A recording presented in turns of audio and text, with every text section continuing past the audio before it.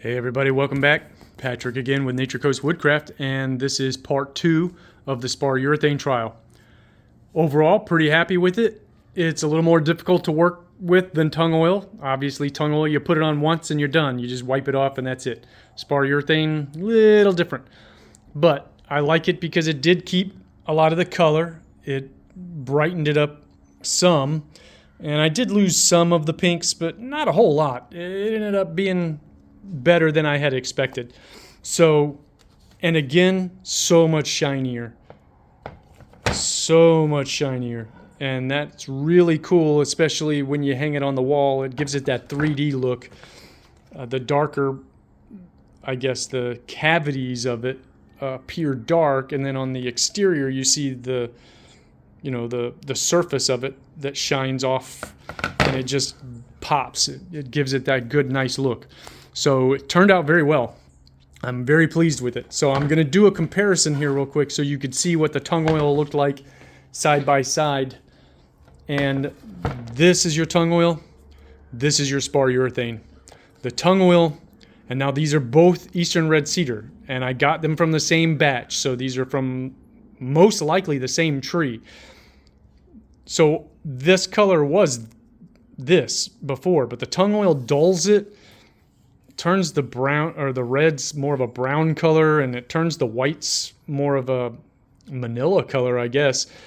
And where this keeps a lot of the detail with the color, but more so is the shine. So there's your comparison side by side for the tung oil.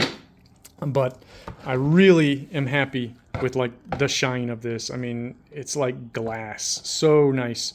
It just came out so nice. I still got to cut a keyhole in the back of that. I was more worried about getting the urethane trial done and getting it posted so that you guys could see what it actually turned out.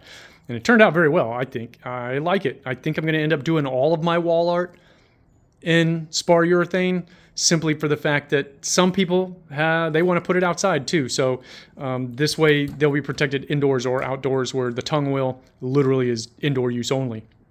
Now, unfortunately, I can't make the Spar-Urethane on any of my food contact surfaces. Food contact surface, first of all, you can't use cherry wood, can't use cedar, and you can't use Spar-Urethane for food contact surfaces.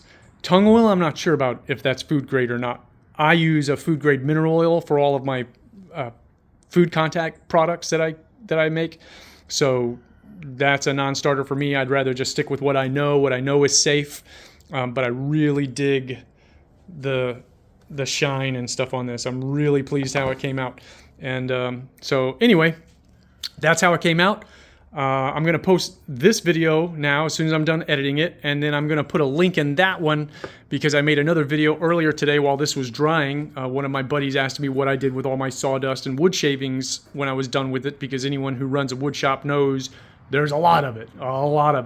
So I'll have another video embedded in this one, probably right about now, that you can click and you can watch what I do with that. All right, guys.